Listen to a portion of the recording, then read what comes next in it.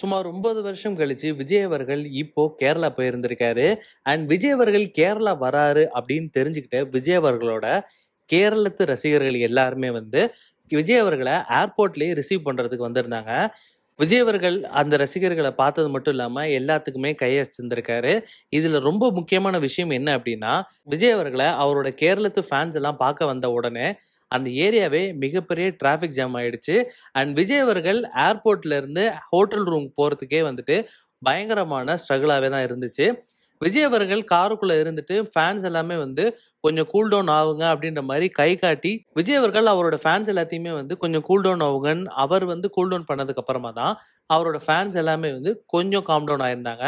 விஜய் அவர்கள பார்த்த சந்தோஷத்துல எல்லா ஃபேன்ஸுமே வந்து பயங்கரமான ஆர்ப்பாட்டத்துல இருந்துகிட்டு இருந்தாங்க.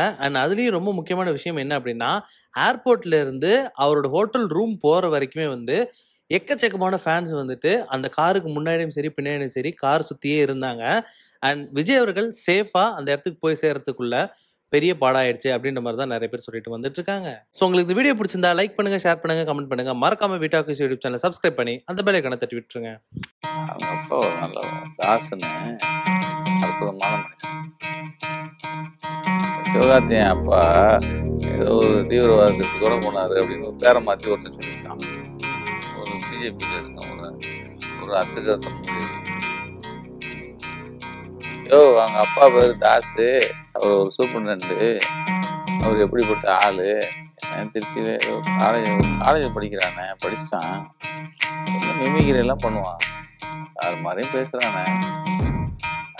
வேலைக்கு போகணும்னா அவன் மாட்டேங்கிறான்.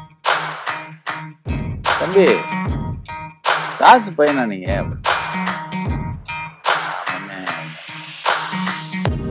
தாசு பையனா? அது நான் சத்தம் போட்டுக்கிறேன்னா அவங்க அம்மாவா வந்து பார்த்தாங்க.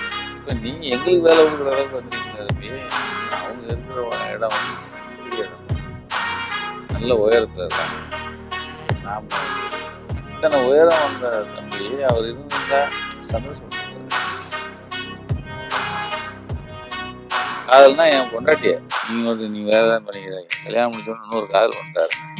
மனசை வச்சிருப்பேன், பழைய ஜீப்பே வச்சிருப்பேன், பழைய காரு, என்னுடைய அம்பாசிடர் கார் என்ன இருக்கு. எனக்கு கலைஞரை பிடிக்கும், பெரியாரை பிடிக்கும், அண்ணா